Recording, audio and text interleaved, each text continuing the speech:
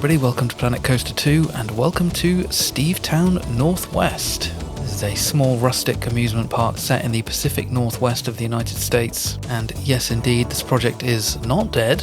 I appreciate that I sort of posted one episode back in January and then it hasn't been on the channel since. You know what it's like. I just been getting distracted by other games, other projects, you know. But I've been feeling the itch to get back into this park again finally and get back to working on it. And then of course the new Parades DLC came out along with the small town theme. And yeah, it turns out quite a lot of the pieces work pretty well for this project. So that's definitely helped with getting the juices flowing. But yeah, I thought I'd just start us off here on the Main Street area. And this is kind of a little bit further than where we left off last time. I don't think I'd placed the chair swing in yet. And I sort of teased, I think at the end of the last episode, what at the time was the current version of this of this fudge shop. Which went through a surprising number of iterations actually. To start with, I had this kind of blue looking facade, and then at a certain point I had this sort of top on it, and then eventually I just decided that actually I really wanted it to have this kind of log cabin lodge style look to it. So this is what I finally settled on. I think it fits really nicely with the kind of rustic Pacific Northwest vibe that we're going for here. It's maybe worth just pointing out here that we don't have logs this short to build this kind of log facade with, so I'm just using these like concrete resort pillars coloured brown. And I think from street view it absolutely works as logs, I think. You know, I've posted a couple of pictures of this now and nobody's called it out as looking like concrete pillars, so I think we're getting away with that. And of course, I do need to mention Lil Fudgy. This is a new mascot for the Stevetown franchise. Of course, Lil Fudgy. He wants you to eat fudge, basically. So I like the idea of this folding sign here, which would have a little kind of like dry wipe marker board area for employees to write new messages in. On this particular day, Lil Fudgy is saying, "Try the fudge." So cool. Thanks, Lil Fudgy. As with the Grand Boutique and the coffee shop, there is no interior on this fudge shop yet, and that is going to remain the vibe for all the interiors in this park until I gather up the willpower to come back and make them all. So then, on this corner here, you can see from the red boxes that I had been planning basically for this corner to have some kind of restaurant on it. And then at some point I had the brainwave that the spirit of the original Stevetown was that I was kind of taking ideas, sort of broad strokes ideas from a very old Planet Coaster 1 project called World of Steve, and I was sort of transplanting those into a kind of small town Americana park. And so I thought it would be fun if I took some of the original ideas then for Stevetown and brought them over into this park to continue that spirit of re-exploring old ideas. So some of you may remember that there was a little blue restaurant in Stevetown called Sally Ann's, and yeah, eventually I just had this brainwave like, of course I'll just put Sally Ann's on the corner, that'll work really nicely. And then the Praise DLC comes out with the small town theme, and the jigsaw pieces start falling into place. So this was the very beginnings of me just kind of exploring the pieces, and then just jumping forward into a more recent save file, you can see I've kind of fleshed this idea out even more, and this is where I'm starting to run into one issue with the small town theme, which is roofing. And I think Ruble talked about this a little bit in his video going over all the scenery packs, but they've given us these nice kind of off-grid roof pieces. We don't really have amazing options in terms of modularity. So for example, initially I wanted this building to have this kind of shape where you've got this sort of 45-degree angle section coming across where the entrance is, sort of facing out into the plaza here. The issue with that obviously is that we don't have any pieces to cover this like angle of the roof basically. So then I'm thinking, well, in that case I need to cover those portions, so then I start introducing architectural elements to hide that stuff. And I don't like hate this idea, but as I kind of went further and further along with it, it just started looking more and more odd as I tried to kind of reconcile these weird little corner roofs. And so you can see here then that eventually I basically changed tactic and decided to use different roof pieces, and indeed a different kind of roof on the main entrance on the corner here. You can see over here I've still got the old version. This is what it was looking like, and again, like, I don't hate this, but it just felt slightly off to me. It felt like you could kind of tell that there was some compromise going on here with these corner sections. And on top of that, I was just feeling like it looked slightly too ornate. It was kind of crossing over this line from low to mid-budget, and it was starting to look a little bit too Disney-ish. And part of the problem, I guess, is just that I was having too much fun with all the new pieces. I was going through all the pieces and thinking like, oh, that would be fun to use, or that'd be fun to use. And then, before you know it, you've just got too many details basically, and it's looking a bit too fancy. So yeah, I then started playing around with these pieces, and You know, these pieces are also not perfect because, again, they are set in their length and height. So, you know, if you want this to cut to be longer, it also has to be taller. And yeah, then I sort of figured out that I could kind of nest these together to create longer sections of roof. I mean, even just on its own, I feel like this could make quite a nice sort of cover for maybe an entrance gate or, you know, all kinds of things. Yeah, this was kind of the vibe that I settled on. Just quickly also want to point out that it was around this point that I discovered these parade float railings that I had missed in my initial scenery deep dive video, and I made this interesting this interesting bin cover with them. I thought that was quite fun. I was trying to figure out a way that you could make it look like there was kind of a black bin liner inside this metal hoop structure, but I couldn't find a piece that was realistically carrying that off. So if you've got any ideas, then do let me know. But yeah, I'll just jump us now all the way forward into the present day, and I'll take you through everything as it currently stands. This is the final version of the restaurant that I settled on. You'll notice I added in this sort of blue trim here to the bottom of this roof piece. It just felt like proportions of it looked slightly odd with the roof coming like all the way down and just sort of shortening the height of that slightly by adding this trim to the bottom. It felt like proportionally that looked much better. I also at some point made the executive decision to change these roofs along the sides here to match up with the horizontal wood board style of this centerpiece here.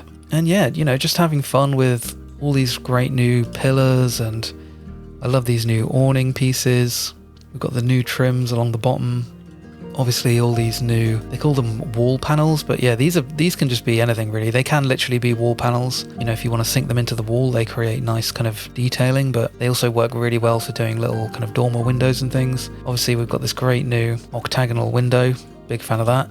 All these new kind of roof trims, and you sort of flip these upside down, you get rid of these big spikes and it looks slightly less kind of ornate somehow. I'm using these wall panels again here to create this kind of edging around the bed here, because I really like the stone texture that they're using on these new small town pieces. It's just, you can see the walls here are also built out of this small town balcony piece, and yeah, again, I just love the texture on this, the stone texture. Over in my little kind of graveyard of abandoned roofs and buildings here, you'll see that I also got just completely distracted at one point.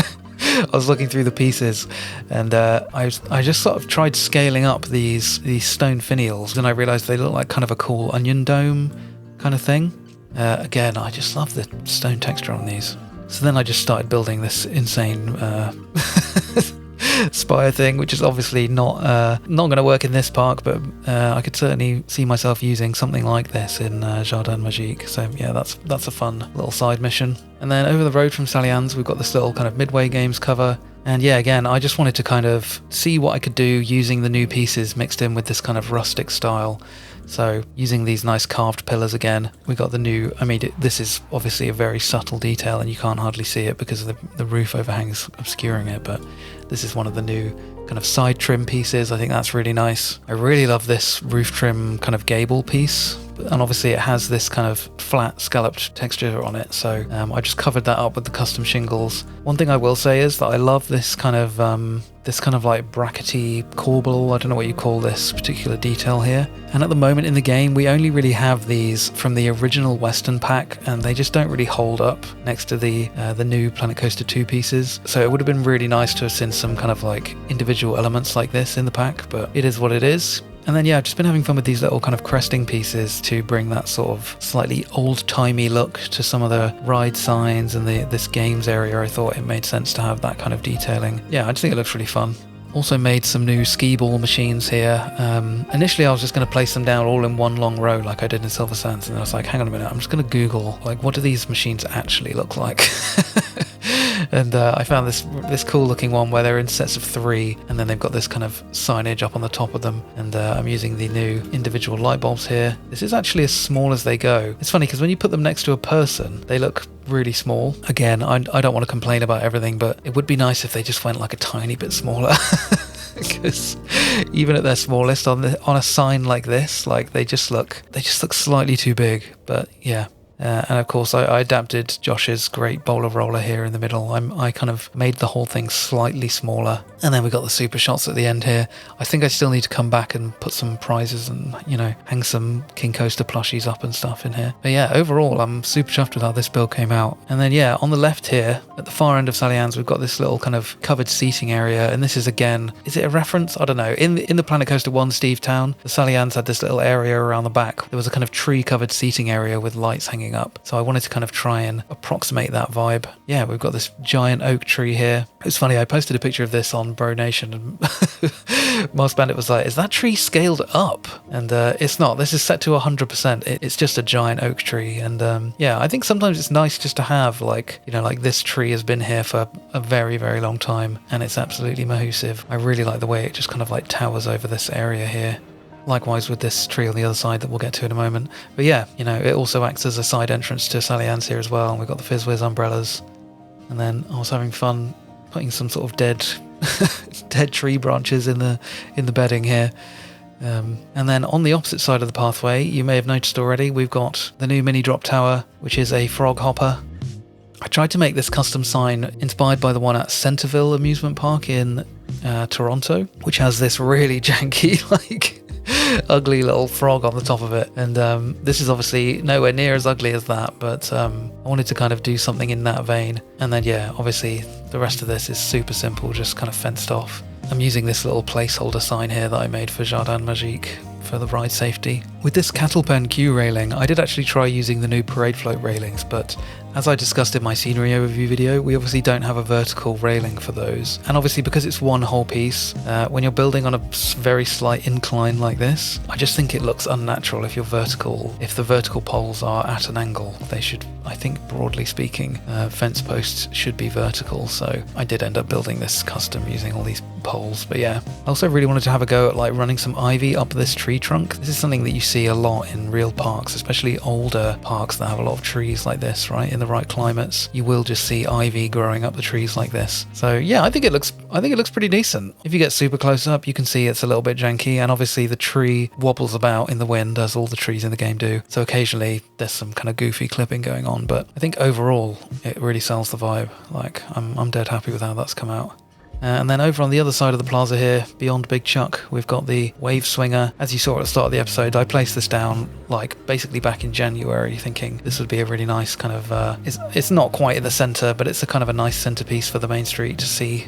Gets you a bit of kinetic energy in the background as you're coming down Main Street. Again, we've got the little cattle pen queue here. Because this is more of a heritage ride, I thought it would be nice to use some of that cresting on top of the ride sign there, and maybe that'll be a thing I continue throughout the park whenever there's an older ride, perhaps it'll have this sort of cresting on the sign. And then here, I'm also just kind of experimenting with different sort of, we've got this log edging on this little planter here, and then we've got this very kind of Six Flagsy fence that combines a sort of chain link mesh with like a wooden framing. I kind of love the way this wave swing has come out. As soon as I placed it down, I was thinking right, I really want there to be a sort of a retaining wall around the outside, and then for there to be this kind of raised area around it. Obviously, because of the way that the terrain works in this game, you can't have like a vertical terrain wall, especially not at this height. So I'm sort of covering this necessary gap here with this mossy, what do they call it? The tiger rocks, which have got the kind of moss on top of them. We're just blending that in with the grass, and obviously when you get up close to it, you can see all of this sort of craggly rock detail, but I think from a distance, it totally sells. I think, yeah, I'm happy with that. And then the last little thing to show here is this little kind of gazebo-y, pavilion-y cover thing. Before I started building this, in my mind I was thinking it was going to be a kind of a sort of six-sided food counter, basically. So you would have like a chief beef facing out this way, and then, a gulpy soda facing out this way or whatever, and then it would all be covered around here, and then there'd be a sort of a kitchen at the back, and maybe the backs, couple of these back walls will be covered, and I may still do that, but as the building of this progressed, it just started looking more and more like a bandstand or just a generic kind of gazebo cover. So now I'm not sure if I want to put a restaurant underneath it, and then it basically became too hot to play the game. I'm recording this episode very early in the morning because once the day gets going, it's really just too hot. My computer's upstairs, and the upstairs of the house is very hot, let alone when I'm playing this game. Yeah, it's not tenable to play the game right now. So I've had to cut progress in this episode a little bit short. I was hoping to get a little bit more of this done before the DLC came out on Thursday, but it is what it is. The heat wave is going to continue for a few more days, so I thought I would just get this out in its current state, and I can show you some, some uses for the new pieces in this kind of generic style that I like to do on this channel, and that I know a lot of other people like to do. So yeah, this one, again, it's at the moment it's built entirely around this rotation platform, so I just built like, one side of it essentially, and the rest is copied using the rotation. But yeah, it's the awnings again. This nice detail in the gaps here is just made out of these cresting pieces. I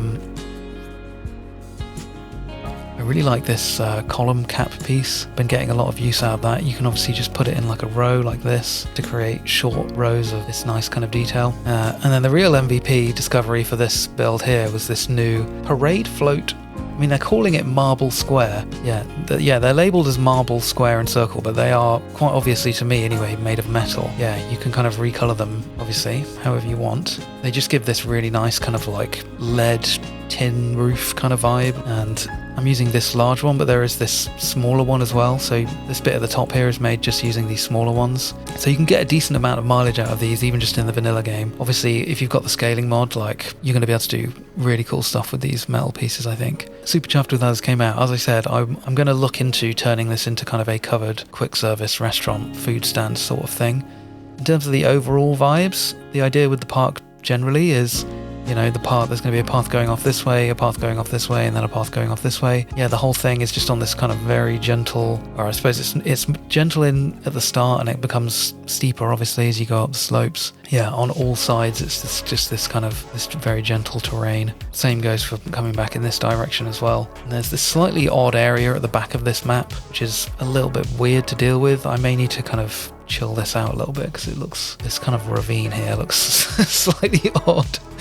But yeah, obviously lots of cool, interesting challenges to work with this kind of slope terrain here.